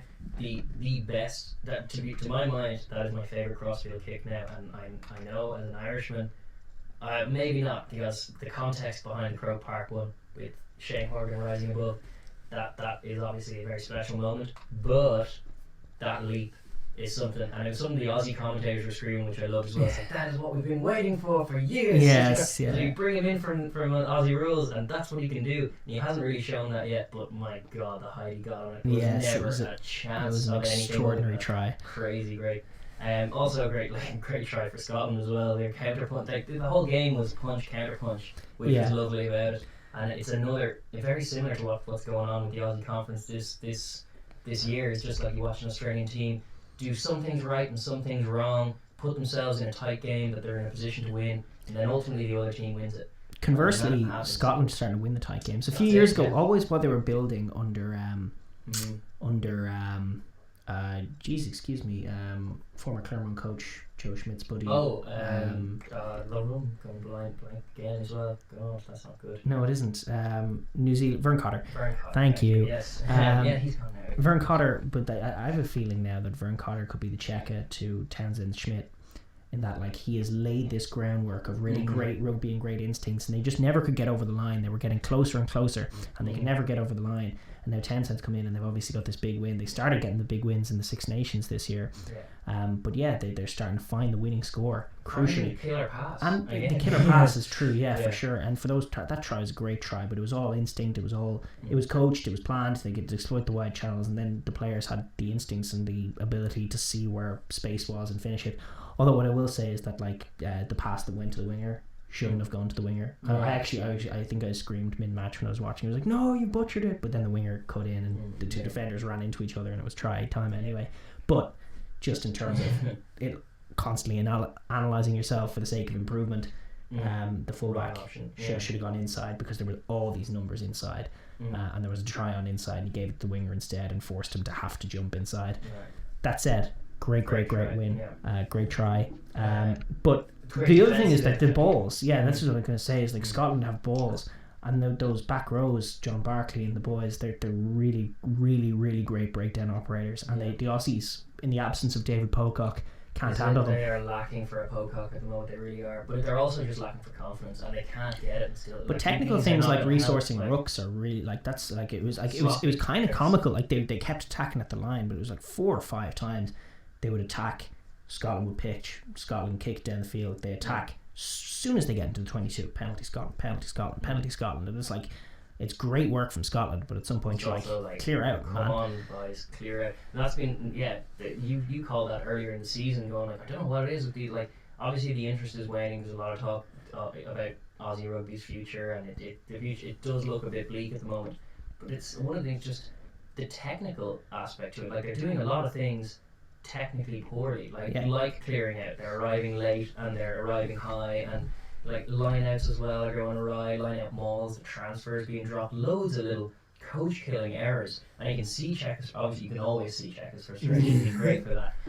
He very, very paints a picture with his face. It's wonderful. But I can't blame him, because I trust in Cheika and what he's trying to do, but when this ends up happening, when players end up making those errors, what's bizarre is, like, what's scary is that, like, these are players who have been excellent. Yeah, World Cup Bernard Foley, who was excellent for a time, like Michael Hooper was excellent. He's still trying, but a lot of these guys have really just fallen off the pace, fitness-wise, alertness-wise, technically-wise, and you got to wonder about the standard of coaching that's going on. There's also a touch of confidence in it, and that when they arrive in the last 10 minutes and they're in a game. Sure, but they're not going to be in a game against the big teams, especially not away from home. So but they're buying into that. It feels like there's a growing acceptance of that with some of the but I actually think there's got to be a technical coaching deficiency going on in Australia, because it's like it's true across the board. Every team, whether it's the Brumbies and Tamua and the boys, and like, they're just worse than they have been. And it's like, it's really weird. It doesn't often happen that like all the players in your country have fallen off a cliff form wise. It's true. It's bizarre, and like, there's nobody who's lifting them up either. And like you look at Cheika, I feel like this is the kind of thing, like, more confidence because Falau is getting back, his confidence back, getting a bit of his mojo back. That's true. But from Cheika's point of view, like, he left an Australia team in pretty good shape. Like, the last game they played was that tough test in Dublin. Ireland came out the right side of it, but that was a proper test match at the end of a proper test series for the Wallabies. And now he's inherited a Super Rugby season of all of the Australian teams doing horrendously, comically badly for some reason that he's he left to go on his holidays thinking, all right, we're in good shape, we're building towards the next World Cup, we're going to go and try and take that extra step, and he's come back to a nation in disarray, you know. And you've got to talk about the coaching and just the technical skills coaching going on in the Super Rugby teams. Why are they not at that level? They should be. There's no reason not to be. I don't know what the answer to that is, but it does not look good for Australia in the future. And it's like we said last week as well, when will Georgia beat Australia? At this point, sooner rather than later. We have one more game. What was it? Argentina England. That 2-test series was something we didn't touch on either. Wonderful rugby from it. Disappointing. I was watching the game, the second. I didn't get a chance to see the first game, just the highlights. It was good. It was bouncing back and forth. It was a little mad. Punch, counter punch, very mad and hectic pace. There was not a lot of control from anybody. No. Other than the England pack at times. Launchbury played very, very well. Launchbury did play well. What I will say, like, I never looked for a second that game like Argentina were going to win. No, the first test. Was a draw that they could have won. That ended up being won by your man. I can't remember his name now, but he scored on debut. Oh, I can't remember. Solomon. Oh God, I can't remember. Very good try. Anyway, it was a great game. Needs a winning try, and it had one. Yeah. And this game definitely it still feels like Argentina are good enough to be competitive with everyone in the world on their day, but they still can't beat England. Yeah, but there's also just in general play, there's a sloppiness to them on the Jaguares that's like unsatisfying to the eye. One of the tries was it Danny Kerr's try. where it was an Argentina counter-attack an attack in the midfield. Yes, that's right. Speculative nonsense round back offload resulting in a counter-attack and a try. And it's like the instincts are almost right, but everything needs tweaking and refining. Refining. There's also like that hard edge seems to be gone a little bit. Yeah, a little bit up front. Totally up front, to be honest. Like they still have Creevy. Yeah, and in Creevy they have one of the finest footballers you'll ever find. You always used to get the sense that teams were hurting after a game against Argentina, and you don't really get that sense anymore. That's true. That is true. They're just showing up and playing rugby, and they're showing up and throwing the ball around. And we'll throw the ball around. You throw the ball around. And we'll see what happens. But they're not shooting at the line in defence. Like they're leaking tries, soft tries, a lot, and it's going to be a problem going forward for them. I'd say that's very. The other thing about Argentina is more than any other team, they have a weird thing about peaking, and they really do peak at the Rugby Championship time of year. And they did one of the reasons that they've always been able to get World Cups right is they've been able to peak in September. So that's sort of August, September time of year. So they start slow and finish slow. But they do tend to build up after time being together as a squad. Get that report. Well, you can see that happens. They're not alone in that. No, I'm sure. It's something that you were obviously disappointed. A few other games happened. South Sea Island teams were in action, and that's something that they are often painfully lacking. They're all disappointing me. The South Sea Island teams. Yeah. They do have talent. Like you can talk about them being small nations. They do have talent. Ben Ryan, a union version of Ben Ryan. Ben Ryan said, "That's one of my favorite things that's ever happened was Ben Ryan coaching Fiji," and just a few of those little camera moments. Like at one point he was going like, "What are you doing? You're not playing. I will fly. We will be touching back before we go to Hong Kong next week. We will be touching back in Fiji. I will find 10 other players." And you were all going home. You don't get the finger out and start doing. He basically instilled that in them because they always had the talent, they always had the offense, always understood. They also need to be like just thinking a little more, but not like in a Ben Fullavola where he's a 10 for Fiji and just stifles everything with kicking. The instincts are just they're good in attack, but they just have this losing mentality. And again, like I was just weary from hearing about Samoa throwing it away against a really depleted Welsh team this morning. That's like, are you ever going to beat a Six Nations team then, other than Italy? Probably not then. If you can't beat that Welsh team, that's as low as it gets. It is at the moment, despite the fact that you wouldn't know it because we're still shaking a few of them for the Lions. Well, yeah. But like, Ireland be third, Scotland be fourth, England be second in the world. Yeah. And that's how the Six Nations finished as well. Like Scotland, it was England, Ireland, Scotland, France, Wales, and then obviously Italy. And then a cohort of Welsh players. Yes, well, best in the world.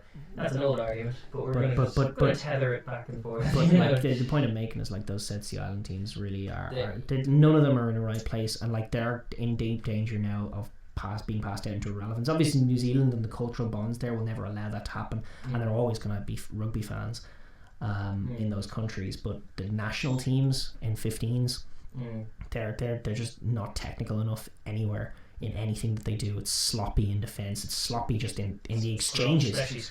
But in the tackle, they're not tackling right. They're not clearing out rucks right. They're not poaching right. You know, the only thing the instincts are 100% right on is attack. But they need to learn that technical thing because they're going to get passed out. Like you look at Japan, you look at USA, you look at Georgia, Romania.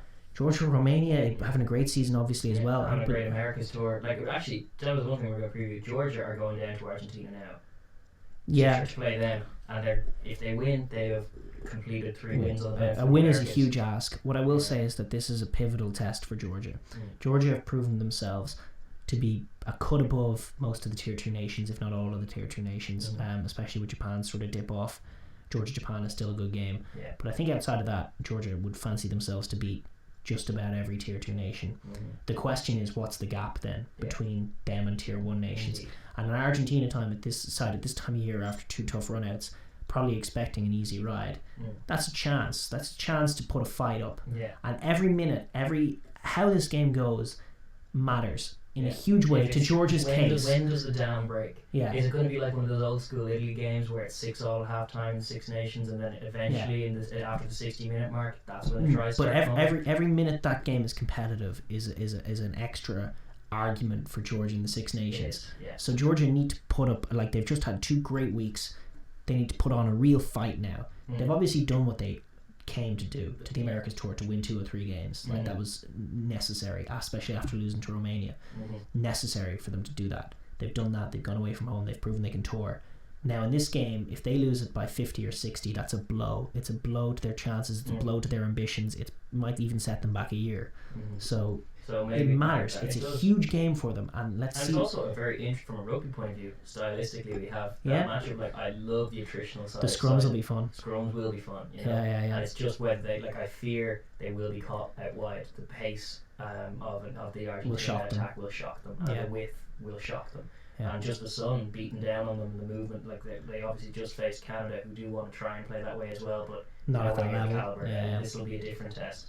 So I fear they could be caught out in the wings, but I want to see them competitive, verging on dominant at times in the tight. And I want to see them impose their pace on it, be slow, be powerful, be deliberate, and just frustrate Argentina, frustrate that home crowd into silence, and laser pointers, absolutely be a thorn in the side of Argentina for as long as possible, and then you have a real argument after a successful America's tour of coming into the Six Nations that you have to keep making, but you also have to keep making it. You were really disappointed they did beat Italy, but you were saying not by enough. No, not by enough. Italy are now, it's like the par is 15 for Fiji against Italy. Italy are nonsense, you know. We are very. We've yelled about Italy enough on this podcast. There's nothing that needs to be said. But all of those South Sea Island teams are just not there, not at the level, not at the races, and they're going to be passed out. 100%. Just one more game to touch on. Well, Tonga Wales as well happened, but sure, there was garbage, nonsense game. But there was the Highlanders and the Lions, which I'd made notes on. Just my only two notes on that game were Marty Banks, God amongst men. Lions rue missed chances again. It's a wonderful little poem, a wonderful summation of that game. It was pretty much that whole game. I think we reached the end of our notes. This is a long one. This is quite a long one, the bumper edition. We did an hour before, we're on 46 minutes now.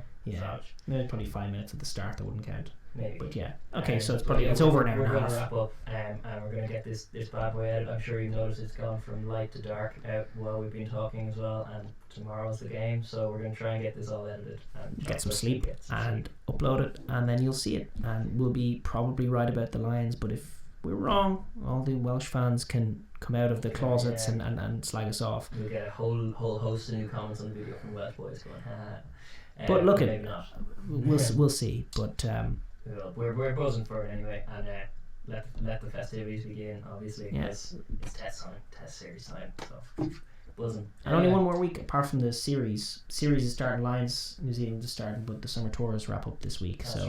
They've been fun, they've been interesting, they haven't been as good as I'd hoped. South Africa France, obviously I was leaning on that to be a good series, and it hasn't been. Argentina England is salvaged. Two good games, very good games. But that's going. We're gonna wrap up. We'll get back. We'll have a dissection of the first test next week. And when are they playing the Hurricanes? Tuesday. So it's possible that game may have happened as well by the time we get to the next one. Possible, not definite. Well, it's not definite. You're right. We'll have another one up next week for you. So we'll see you after the tests. Okay. Bye. Bye. Aha. Tougher than it looks.